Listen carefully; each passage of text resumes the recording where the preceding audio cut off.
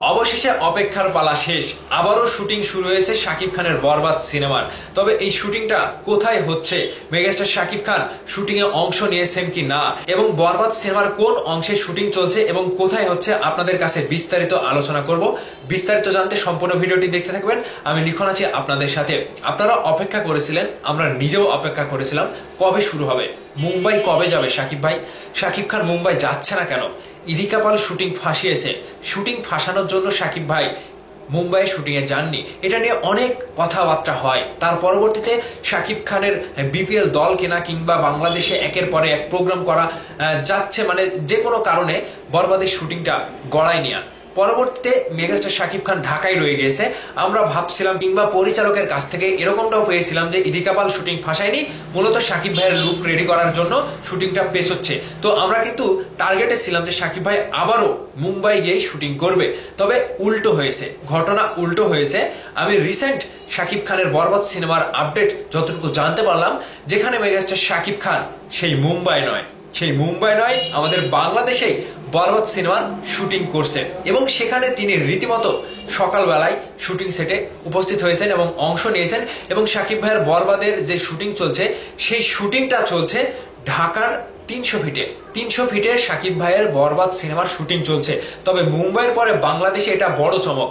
মুম্বাই যেভাবে শুটিং করেছিল মেগাস্টার শাকিব খান, সেই মুম্বাইয়ের পরে বাংলাদেশে যে আবারও বরবাদের শুটিং এ নামবে, এটা কবে নামবে, হবে কিনা, আদৌ হবে কি না, বাংলাদেশে সিনেমার শুটিং করা সম্ভব কি না, এটা কিন্তু সবার একটা টেনশন ছিল। তো এই সময়ে টেনশন বাদ দিয়ে, সবকিছুকে উড়িয়ে দিয়ে, তোয়াক্কা না করে মেগাস্টার শাকিব খান আবারও তিনি শুটিং এ অংশ নিয়েছেন। এবং একদিক থেকে মেগাস্টার শাকিব খানের ঢাকা ক্যাপিটালস টিম তাকে যেভাবে হতাশাগ্রস্ত করছে, ঠিক আমার মনে হয় এই সময়টাতে মেগাস্টার শাকিব খান শুটিং এ না গেলে তার অবস্থা আরো খারাপ হয়ে যাবে এবং চিন্তা টেনশনে বেচারা আমাদের ভাইজান একটু হলেও মানে ভেঙে পড়বে। তো সেই জায়গা থেকে আমি মনে করি যে আজকে বরবাদের শুটিং এ মেগাস্টার শাকিব খান অংশগ্রহণ করেছে এবং পাশাপাশি ইদিকা পাল আসেনি। আমি আপনাদেরকে বলি, ইদিকা পাল বাংলাদেশে শুটিং এ আমার মনে হচ্ছে, আমি যতটুকু জেনেছি, তিনি আসেনি।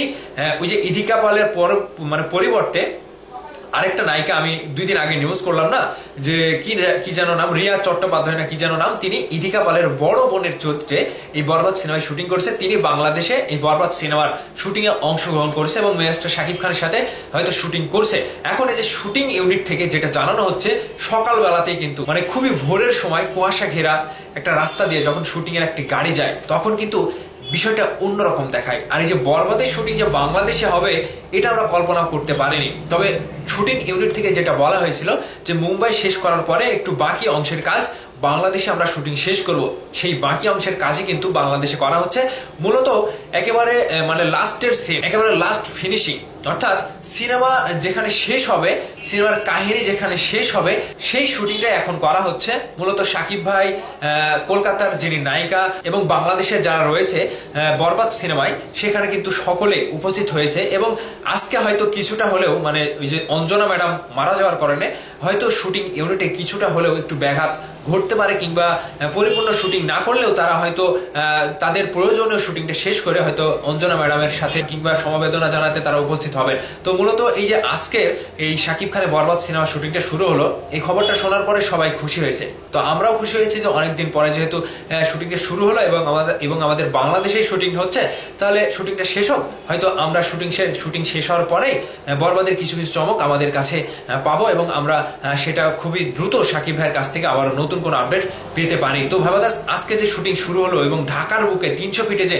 শুটিং হচ্ছে, বিষয়টি জানার পরে এবং মেগাস্টার শাকিব খানও যে শুটিং এ অংশগ্রহণ করেছে, আপনাদের কাছে কতটুকু ভালো লেগেছে? আপনারা কি খুশি?